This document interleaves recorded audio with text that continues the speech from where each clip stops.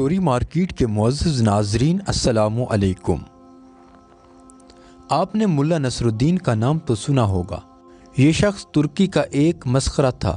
جس طرح ہمارے ہاں ملا دبیازہ اور شیخ چلی کے لطیفے مشہور ہیں، اسی طرح ترکی میں ملا نصر الدین کے لطیفے بڑے مزے لے کر بیان کیے جاتے ہیں۔ کہتے ہیں ملا نصر الدین یوں تو نہایت عقل مند اور عالم فاضل شخص تھا، مگر لوگوں کی اصلاح اور تفریح کے لیے بے وقوف بنا رہتا اور ایسی حرکتیں کرتا کہ لوگ ہنس کر لوٹ پوٹ ہو جاتے۔ ملا نصر الدین کے پڑوس میں ایک مالدار یہودی رہتا تھا جو اتنا کنجوس تھا کہ کبھی کسی غریب اور محتاج کو ایک پیسہ نہ دیتا تھا۔ ملا نے کئی مرتبہ اسے سمجھایا کہ خدا نے تمہیں دولت عطا کی ہے، اسے غریب اور مفلس لوگوں پر خرچ کیا کرو، لیکن اس نے ملا کی کوئی نصیحت نہ سنی۔ آخر ملا نصر الدین نے اسے سزا دینے کے لیے ایک ترکیب سوچی۔ ایک روز صبح سویرے وہ نماز پڑھ کر زور سے دعا مانگنے لگا، یا اللہ اگر تو مجھے 1000 اشرفیوں کی تھیلی بھیج دے، میں اسے محتاجوں پر صرف کر دوں گا، لیکن اگر اس میں سے 1 اشرفی بھی کم ہوئی تو ہرگز قبول نہ کروں گا۔ یہودی نے یہ دعا سنی تو سوچا کہ ملا بڑا ایماندار بنتا ہے، اس کی ایمانداری آزمانی چاہیے۔ یہ سوچ کر اس نے تھیلی میں 999 اشرفیاں بھریں، اور عین اسی وقت جب کہ ملا نصر الدین دعا مانگ رہا تھا، اشرفیوں سے بھری ہوئی تھیلی اس کے صحن میں پھینک دی۔ ملا نصر الدین نے لپک کر تھیلی اٹھا لی اور اس میں سے اشرفیاں نکال کر گننے لگا۔ کل 999 اشرفیاں تھیں۔ ملا نے خدا کا شکر ادا کیا اور کہنے لگا، یا اللہ میں تیرا شکر گزار ہوں کہ تو نے میری دعا قبول فرما لی۔ 1 اشرفی کم ہے تو کوئی بات نہیں، یہ اشرفی پھر کبھی دے دینا۔ یہودی نے جب ملا نصر الدین کے یہ الفاظ سنے تو سخت پریشان ہوا اور دل میں کہنے لگا کہ یہ ملا تو بہت چالاک ہے، اس نے دھوکے سے میری اشرفیاں ہتھا لیں۔ وہ بھاگا ملا کے پاس آیا اور کہنے لگا، تم بہت بے ایمان شخص ہو، لاؤ میری اشرفیاں واپس کرو۔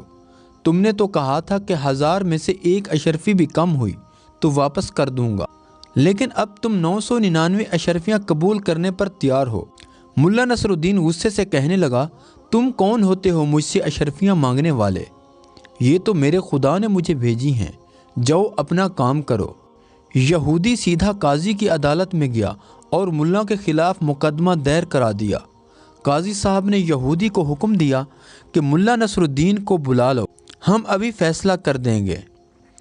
یہودی نے ملا نصر الدین کے پاس آ کر کہا، چلو تمہیں قاضی صاحب بلاتے ہیں۔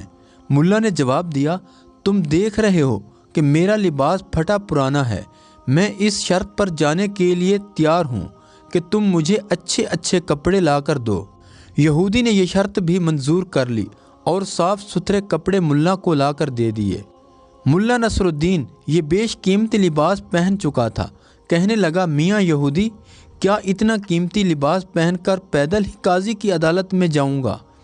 لوگ دیکھیں گے تو دل میں کیا کہیں گے؟ جاؤ اپنا گھوڑا لے آؤ، اس پر سوار ہو کر جاؤں گا۔ مرتا کیا نہ کرتا۔ یہودی نے اپنا گھوڑا بھی ملا کے حوالے کر دیا اور ملا صاحب نہایت شان و شوکت سے گھوڑے پر سوار ہو کر قاضی کی عدالت میں پہنچ گئے۔ مقدمہ پیش ہوا۔ قاضی صاحب نے دونوں کو غور سے دیکھا، ملا نصر الدین کا قیمتی لباس اور سواری کا گھوڑا بھی انہوں نے دیکھا، اور یہودی کا لباس بھی، اور یہ بھی محسوس کیا کہ وہ پیدل آیا ہے۔ یہودی نے جب سارا قصہ سنایا تو قاضی صاحب نے ملا نصر الدین سے پوچھا، ملا صاحب تم اس کے الزام کا کیا جواب دیتے ہو؟ ملا نے جواب دیا، حضور یہ یہودی میرا پڑوسی ہے اور بڑا جھوٹا شخص ہے۔ ابھی تو یہ کہتا ہے کہ میں نے اس کی 999 اشرفیاں ہتھا لیں، اور کچھ دیر بعد یہ کہے گا یہ جو لباس میں نے پہنا ہوا ہے وہ بھی اسی کا ہے۔ یہ سنتے ہی یہودی چلا اٹھا، ہاں جناب یہ لباس بھی میرا ہے، میں نے اسے پہننے کے لیے دیا تھا۔ ملا نے کہا، سن لیا آپ نے، یہ لباس بھی اس کا ہو گیا، اور ابھی دیکھیے یہ کہہ دے گا کہ گھوڑا بھی اسی کا ہے۔ یہودی غصے سے چیخ اٹھا، ہاں حضور یہ گھوڑا بھی میرا ہی ہے، ملا نے مجھ سے سواری کے لیے مانگا تھا۔ قاضی نے جو یہ باتیں سنی تو یہودی کو ڈانٹ پھٹکار کر نکال دیا اور مقدمہ خارج کر دیا۔ یہودی روتا پیٹتا ملا نصر الدین کے گھر پہنچا اور اس کی بڑی منت سماجت کی۔ ملا نے اس شرط پر اس کی اشرفیاں لباس اور گھوڑا واپس کیا کہ وہ آدھی اشرفیاں غریبوں میں بانٹ دے، نادار لوگوں کی مدد کرتا رہے گا۔ ملا نصر الدین کے گھر میں بیر کا ایک درخت تھا جس پر بڑے میٹھے بیر لگتے تھے۔ وہ انہیں دیکھ دیکھ کر بڑا خوش ہوتا اور بڑے فخر سے کہا کرتا، ساری دنیا میں اتنے بڑے اور میٹھے بیر کہیں نہیں ہوں گے۔ ایک روز اس نے اچھے اچھے بیر چھانٹ کر ایک تھالی میں سجائے، تھالی سر پر رکھی اور بادشاہ کے محل کی طرف چل دیا کہ جا کر اسے یہ تحفہ دے۔ راستے میں بیروں نے تھالی کے اوپر لٹکٹانا اور ناچنا شروع کر دیا۔ ملا کو بار بار تھالی کا توازن درست کرنا پڑتا تھا، مگر بیر تھے کہ نہ چلتے نہ بیٹھتے تھے، کبھی ادھر کو لٹکتے کبھی ادھر کو۔ ملا بیروں کی شرارت سے تنگ آ گیا اور ایک جگہ رک کر کہنے لگا، کم بختو، اگر تم نے ناچنا اور لٹکنا بند نہ کیا تو میں تم کو ہڑپ کر جاؤں گا۔ یہ کہہ کر اس نے ایک مرتبہ پھر ترتیب سے بیروں کو رکھا اور تھالی سر پر رکھ کر آگے چل پڑا، لیکن بیروں نے پھر تھرکنا شروع کر دیا۔ اب تو ملا کو بہت بڑا طیش آیا۔ راستے ہی میں ایک درخت کے نیچے بیٹھ گیا اور کہنے لگا، اچھا کم بختو، تم یوں نہ مانو گے، لو اب تماشا دیکھو۔ یہ کہہ کر اس نے ایک ایک کر کے بیروں کو کھانا شروع کر دیا۔ جب ایک بیر باقی رہ گیا تو ملا نے اسے کہا، اگر تمہیں ایک موقع اور دیا جائے کیا تم خاموشی سے چلو گے؟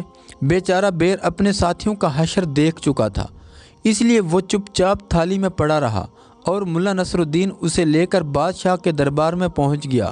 اس روز بادشاہ سلامت کا موڈ بہت اچھا تھا۔ انہوں نے ملا نصر الدین کا تحفہ مزے لے لے کر کھایا اور خوب تعریف کی۔ پھر ملا نے بادشاہ کو دلچسپ لطیفے سنائے جنہیں سن کر اس کے پیٹ میں بل پڑ گئے۔ شام ہوئی تو ملا نے رخصت ہونے کی اجازت طلب کی۔ بادشاہ نے اس کی تھالی ہیرو جوہرات سے بھر دی۔ ملا ہنسی خوشی گھر آ گیا۔ ایک ہفتے تک وہ بڑا خوش رہا۔ اس کے بعد پھر اسے ہیروں کا لالچ ہوا۔ وہ سوچنے لگا کہ اس مرتبہ بادشاہ سلامت کے لیے کیا چیز لے جاؤں۔ یکا یک اس کی نظر اپنے گھر میں لگے ہوئے سرخ سرخ چکندروں پر پڑی۔ ملا خوشی سے اچھل پڑا اور اس نے یہی تحفہ بادشاہ کے پاس لے جانے کا فیصلہ کر لیا۔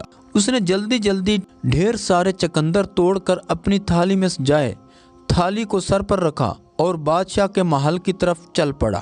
راستے میں اسے ایک دوست ملا جس کا نام حسن تھا۔ اس نے پوچھا، ملا صاحب، اتنے شاندار چکندر تم کس لیے لے جا رہے ہو؟ بادشاہ سلامت کو تحفے میں دینے کے لیے۔ تحفہ اور وہ بھی چکندروں کا؟ ملا جی، تمہارا دماغ تو نہیں خراب ہو گیا؟ کیا چکندر بادشاہوں کو تحفے میں نہیں دیے جاتے؟ ملا نے پوچھا۔ یہ کہہ کر اس نے چکندروں کو غور سے دیکھا۔ اب اسے محسوس ہوا کہ واقعی چکندر اس قابل نہیں کہ بادشاہ کو تحفے میں دیے جائیں۔ اس نے حسن سے پوچھا، بھائی تم ہی کچھ بتاؤ، میں ان کے بجائے اور کیا چیز لے جاؤں؟ انجیر لے جاؤں، پکے ہوئے رس دار؟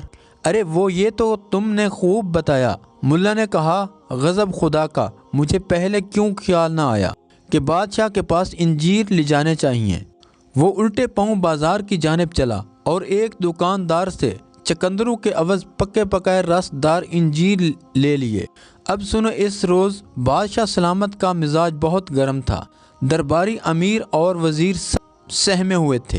ملا حسب معمول اچھلتا کودتا بادشاہ کے سامنے پہنچا اور تھالی اس کے آگے رکھ دی۔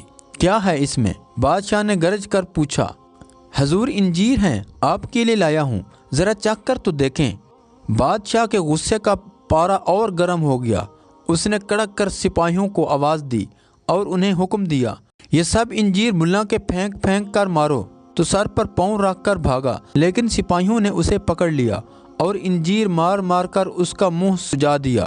جب انجیر ختم ہو گئے تو سپاہیوں نے اسے چھوڑ دیا اور وہ رفو چکر ہو گیا۔ راستے میں ملا کو حسن ملا، فوراً اس کے گلے سے لپٹ گیا اور کہنے لگا، پیارے بھائی، اگر میں تمہاری نصیحت نہ مانتا تو میری ہڈی پسلی ایک ہو جاتی، خدا تمہیں جزائے خیر دے۔